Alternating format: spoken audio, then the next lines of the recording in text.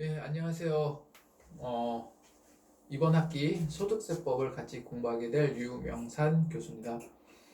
코로나 사태로 인해서 동영상으로 여러분들을 만나고 있습니다. 아마도 1주차, 2주차 수업은 여러분들에게 과제를 제출해 드렸고 3주차부터는 동영상을 통해서 업로드 시키도록 하겠습니다. 아마 4주차도 동영상을 통해서 여러분을 만날 것 같고요. 아마도 이 국가적인 재난위기 코로나 사태가 어떻게 정책적 방향이 바뀌냐에 따라서 대면 강의를 언제쯤 시작할지는 아직 확실히 알 수는 없습니다. 그래서 부득이하게 관련된 부분에 대해서 동영상을 통해서 학습하도록 하겠습니다.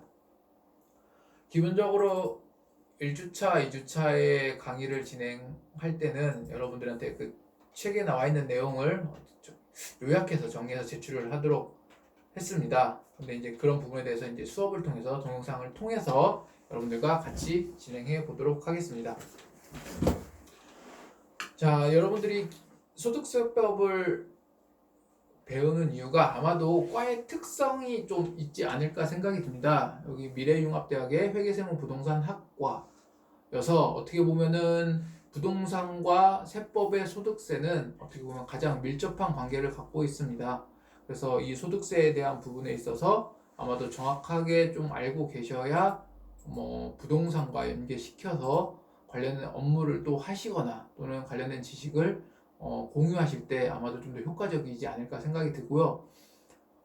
이 앞에 제가 알기로는 세법 개론도 아마 과에 개설되어 있는 걸로 알고 있습니다. 그래서 세법 개론도 사실은 전부 다 수강을 하셨는지 안 하셨는지 제가 정확하게 알지는 못하겠는데 어떻게 보면 세법을 공부함에 있어서는 사실은 세법 개론이 가장 중요한 위치를 차지하고 있습니다. 왜냐하면 가장 기본적인 세법에 대한 처리 절차나 이런 부분들이 사실은 세법 개론, 국세기본법에 정의가 되어 있기 때문에 그런 부분을 고려해서 좀 강의를 진행하도록 하겠습니다. 어떻게 보면 부동산하고 연결된 부분은 이런 소득세 전체 개념보다는 양도소득세와 증여세 부분이 가장 중요한 부분을 차지하고 있는데 사실은 양도소득세와 증여세를 살펴보기 위해서는 소득세에 대한 기본 개념을 좀 알고 있어야 아마도 이해하기 쉬울 거라고 생각합니다. 기본적으로 우리나라의 세법의 체계에서 소득세는 개인들이 납부하는 소득세를 얘기하고 있습니다. 그래서 소득세의 개념을 가장 기본적인 협의의 작은 관점에서 살펴보면 소득세는 개인이 얻는 소득에 대해서 개인에게 부과하는 조세입니다.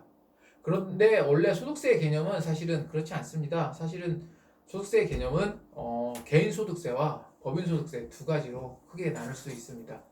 그래서 법인 소득세 같은 경우에는 우리나라에서는 단순하게 법인세로 지칭을 하고 있어서 다른 챕터 형태로 해서 법인세로 이야기를 하고 있고 개인 소득세는 소득세라고 부르고 있습니다. 그래서 관련된 부분은 소득세의 개념은 크게 두 가지로 나누고 있지만은 우리나라에서는 앞으로 법인세는 법인에 대한 과세한 소득세를 법인세라고 부르고 있고 지금부터 말하는 소득세는 개인에 부과되는 소득세가 소득세라고 개인 소득세만을 부르고 지칭하도록 하겠습니다. 그래서 지금 강의 내내 강의하는 동안 여러분들에게 얘기하는 소득세는 개인에게 부과되는 소득세만 소득세라고 이야기를 하시는 거라고 생각하시면 되겠습니다. 소득세를 결정하기 위해서는 결국 뭐가 필요합니까? 과세 소득의 범위, 즉 어느 범위가 소득세의 범위 안에 들어가느냐가 기본적으로 소득세의 시작이 아닌가 싶습니다. 그래서 우리나라에서 갖고 있는 현행 소득세법은 기본적으로 크게 8가지로 이야기를 하고 있습니다. 그 하나하나 살펴보는 게 아마도 소득세의 주요 내용이 될 것 같고요. 그 소득세를 하나하나 살펴보기 전에 소득세의 기본적인 의의, 그다음 또 과세 원칙, 그리고 소득세 납세 의무자, 그리고 납세 의무자에 대해서 어떻게 구분되어 있는지, 그리고 소득세 과세 기간은 어떻게 되어 있는지, 또는 소득세 납세지, 소득세를 납부하는 곳은 어디인지 살펴볼 필요가 있고요. 그러고 나서는 결국에는 소득세는 어떻게 계산되느냐, 소득세가 어떻게 계산되느냐의 방법을 알아야 우리가 하고 싶은 절세 또는 세금을 납부하는 방법, 그리고 과세 표준을 통해서 어떻게 산출되는지, 그랬을 때 무엇을 우리가 조심해야 되고 또는 무엇을 어떻게 잘 정리해야지만이 소득세를 접근함에 있어서 합법적인 범위 내에서 세금을 또는 덜 낼 수 있는지, 또는 이 세금의 전처리 과정을 어떻게 이해할 수 있는지를 아마도 소득세 계산 구조에서 기본적으로 살펴볼 필요가 있을 것 같습니다.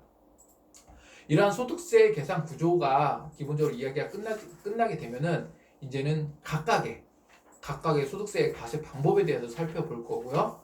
그러한 각각의 과세 방법 중에 종합소득세 대상이 되는 부분, 또는 근로소득에 대한 부분, 또는 퇴직소득, 양도소득에 대한 부분들을 살펴보면은 아마도 이번 학기 강의가 끝날 것 같습니다.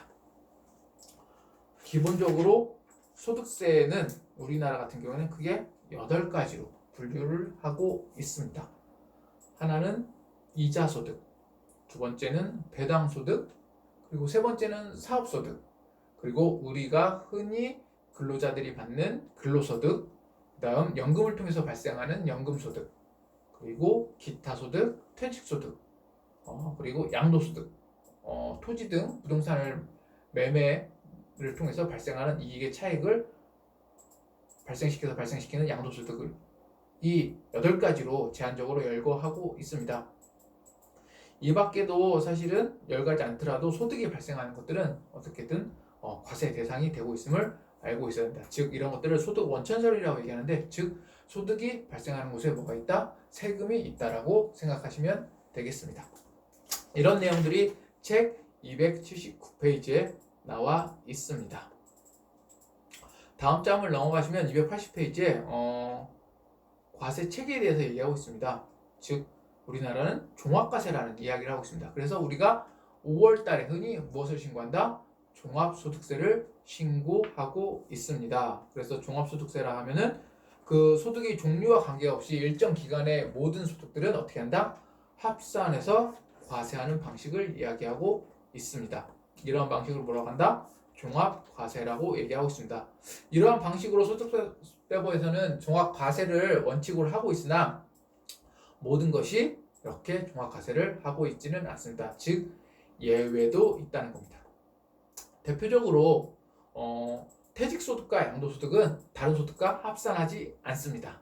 따라서 우리나라의 소득의 과세 방법을 살펴보면은 종합소득은 이자소득, 배당소득, 그리고 사업소득, 근로소득, 연금소득, 기타소득을 종합소득을 통해로 종합과세하고 있고, 퇴직소득과 양도소득은 별도로 신고 납부하게 되어 있습니다.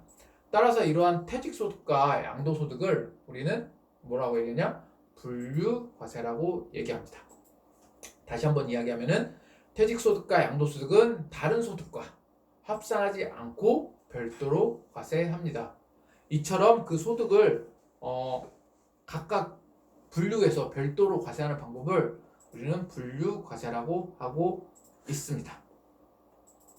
그래서 예외적인 항목에 있어서 분류과세고, 또 하나는 분리과세라고 하는 부분에 있어서 예외적으로 적용하고 있습니다.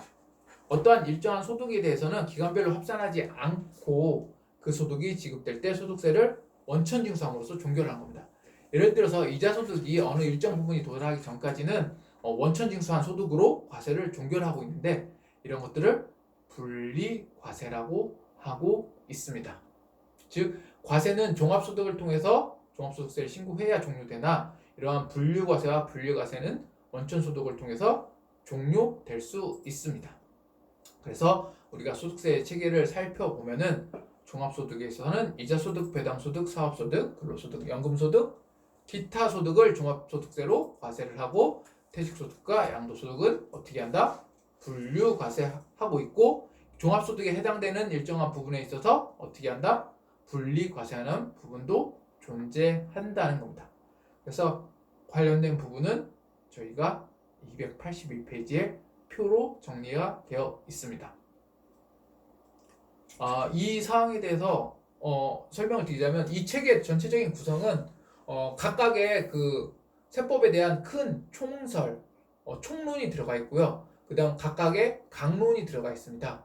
그래서 처음에 큰 틀 안에서 소득세법을 살펴볼 거고, 그리고 각각의 소득세에 과세되는 각각의 소득에 대해서 살펴볼 건데, 이 책은 여러분 두 권으로 구성되어 있습니다. 두 권으로 구성되어 있고, 소득세법은 2권에 나와 있습니다. 여러분들이 가끔 문의가 오시는데 2019년도 버전의 책을 보셔도 되고 2020년도 책의 버전을 보아도 무방합니다.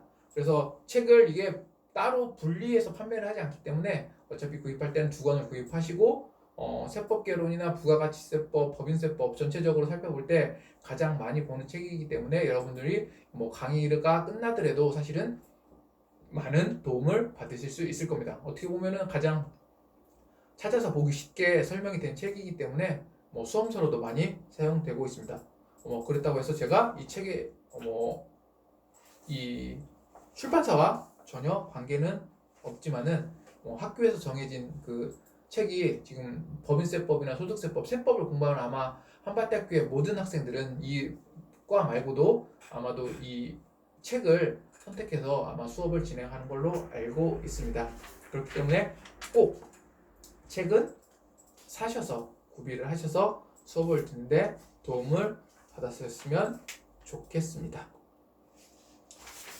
그래서 기본적으로 이 우리가 종합과세 부분에 대해서 살펴보았고, 앞에 말씀드린 것처럼 저희가 이제 납세 의무자에 대해서 이야기를 해보도록 하겠습니다. 납세 의무자는 기본적으로 소득세법은 개인이 될 수 있습니다. 소득세의 납세 의무자는 과세소득, 즉 소득을 발생시킨 개인이 과세소득을 통해서 납부하게 돼 있으며, 그리고 납세 의무자는 거주자와 비거주자로 분류할 수 있습니다.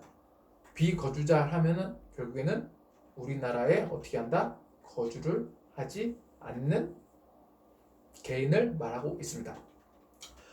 세법에서는 명확하게 그 개념을 두고 있습니다. 거주자와 비거주자의 차이를 국내에서 주소를 두고, 우리가 주민등록상 주소를 두고 183일 이상 거소를 둔 개인을 거주자로 분류하고 있습니다.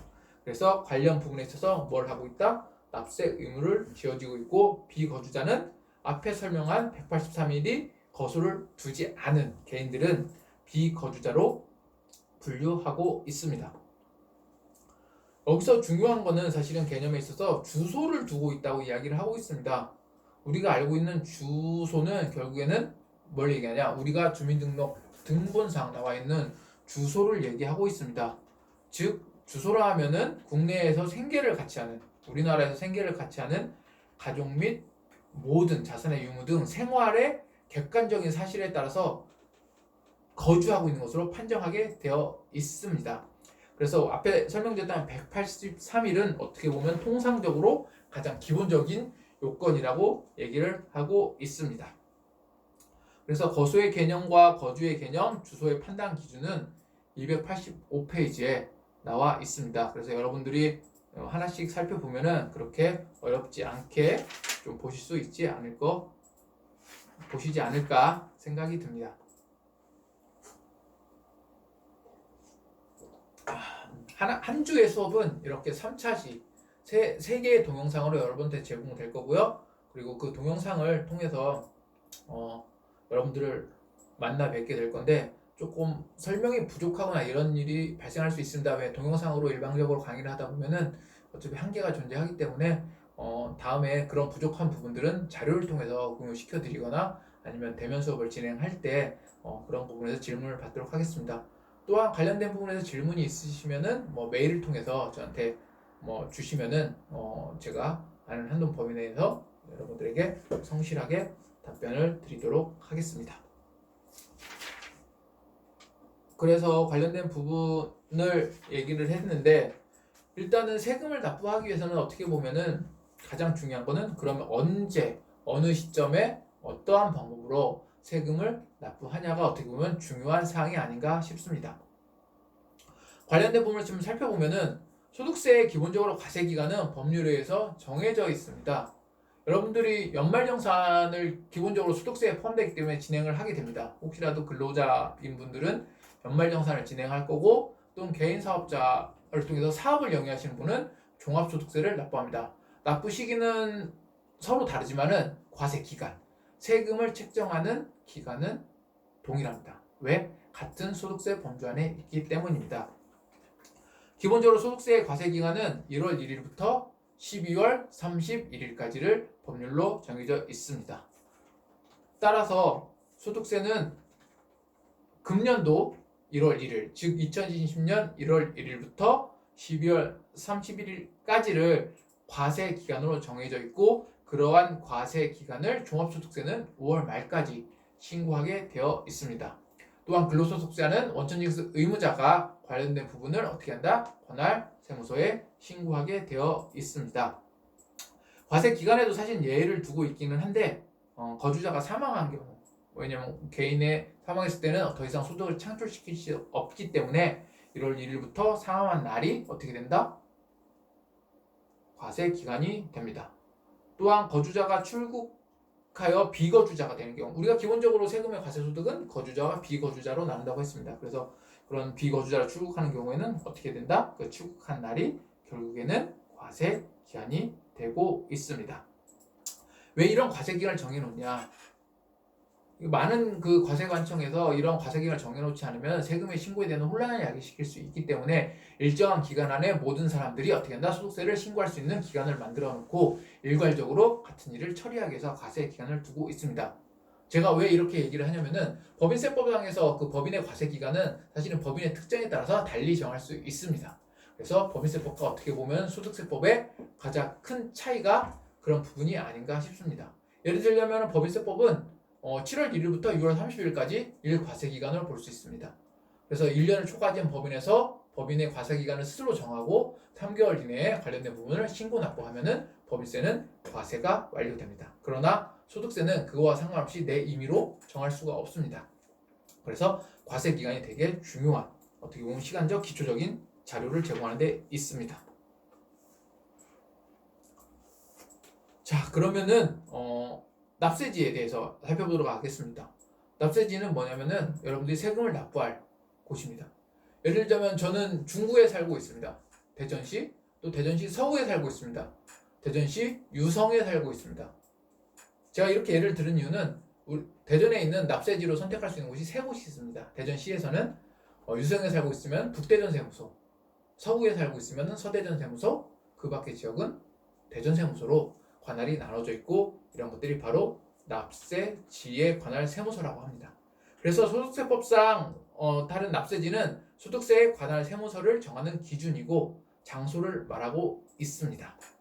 그래서 기본적인 납세지는 내가 거주하는 자가 바로 주소지가 납세지가 될 수 있습니다.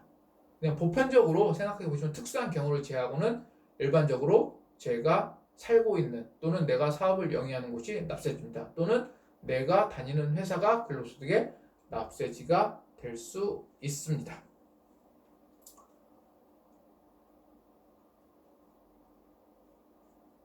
이런 납세지를 살펴보고 저희가 또 앞서서 과세소득 기간에 대해서도 살펴보고, 그리고 소득세에 대한 부분에 대해서 간략하게 좀 살펴보았습니다. 그렇다면 이러한 소득세의 기본적인 계산 구조에 대해서 알 필요가 있습니다. 왜냐하면 소득세의 계산 구조를 살펴봐야 소득세가 어떤 방법으로 계산이 이루어지고 우리는 각각의 강론에서 이 소득세의 계산 구조의 어느 부분을 사실은 공부하고 있는지를 알 수 있습니다. 소득세의 계산 구조를 왜 중요하게 생각하냐면 소득세의 계산 구조나 법인의 계산 구조의 틀이 크게 다르지 않습니다. 또한 세법에서 규정하고 있는 이런 세금의 납부의 계산 구조가 소득세의 계산 구조와 크게 다르지 않기 때문에 소득세의 계산 구조를 살펴보면은 어떻게 보면은 다른 것들을 이해하는 데도 커다란 도움이 될 것 같습니다. 자, 그러면은 소득세의 계산 구조를 살펴보도록 하겠습니다. 책으로 보면은 291페이지입니다. 소득세의 계산 구조는 기본적으로 총 수익 금액, 우리가 알고 있는 총 소득입니다. 총 수익 금액, 내가 어떤 형태로든 세금을 납부하기 전에 어떠한 사업을 영위하든 근로를 통해서 총 수익 금액이 발생할 것입니다.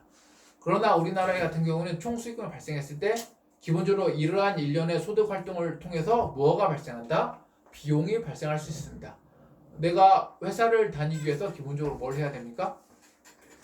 뭐 내 차를 이용하든 또는 대중교통을 이용하든 출근을 해야 됩니다. 출근하면은 교통비를 지급해야 되고, 교통비를 지급하고 회사를 출근하려면은 뭐가 필요합니까? 식사를 해야 되고, 뭐 여러 가지 이런 일들이 발생하게 되는데, 이런 것들을 일종의 필요 경비라고 이야기를 합니다. 그래서 우리나라의 기본적인 계산 구조에는 총 수익 금액에 이러한 필요 경비를 어떻게 한다? 제외하게 돼 있다. 왜? 내가 생활을 하는데 들어간 비용은 비용이 아니다. 즉 남는 돈이 아니다. 그래서 그런 부분에 있어서는 어떻게 한다? 경비를 처리함으로써 그에 대해서는 세금을 어떻게 한다? 납부하지 않게 하겠다는 기본적인 취지가 들어가 있습니다. 그렇다면 기본적으로 이렇게 필요 경비를 제외하면 우리가 소득 금액, 우리가 진짜로 발생한 소득 금액이 나오게 됩니다. 그럼 이러한 소득 금액에서 우리가 알고 있는 연말정산에서 얘기하고 있는 소득 공제가 됩니다. 소득 공제. 기본적으로 소득에서 공제를 해주고 소득 공제가 되면은 과세 표준을 산출하게 됩니다. 과세 표준을 산출하면 우리가 일반적으로 가끔씩 착각하는 경우가 세금을 너무 많이 냅니다. 세금을 많이 내는데 세율이 높습니다. 진짜 계산해 보니까 너무 많습니다. 이런 것들을 얘기할 때 대부분 총 소득 금액에 세율을 곱해서 계산하는 경우가 종종 있습니다. 그러나 세율을 곱하는 곳은 총 수익 금액, 내 연봉이 1억이라고 해서 1억에 어떻게 한다? 세율을 곱하지 않습니다. 총 수익 금액에서 필요 경비를 제외하고 소득 금액이 나오면 소득 공제를 한 후에 산출 과세 표준이 나오고, 과세 표준에서 세율이 곱했을 때 어떻게 한다? 내 산출 세액이 나옵니다. 근데 산출 세액이 곧 납부 세액은 아닙니다. 우리가 알고 있다시피 세액 감면과 세액 공제를 통해서 어떻게 한다? 산출 세액을 또 줄여주게 됩니다. 그랬을 때 결정세액이 되고, 결정세액이 나면 이게 실제 납부할 세액인데, 내가 그 1년 동안 이거의 부분에 대해서 어떻게 한다? 세금을 납부했다고 하면은 어떻게 한다? 기납부세액을 제외하고 차감 납부할 세액이 발생합니다. 이렇게 차감 납부할 세액이 우리가 진짜로 납부할 소득세가 되겠습니다.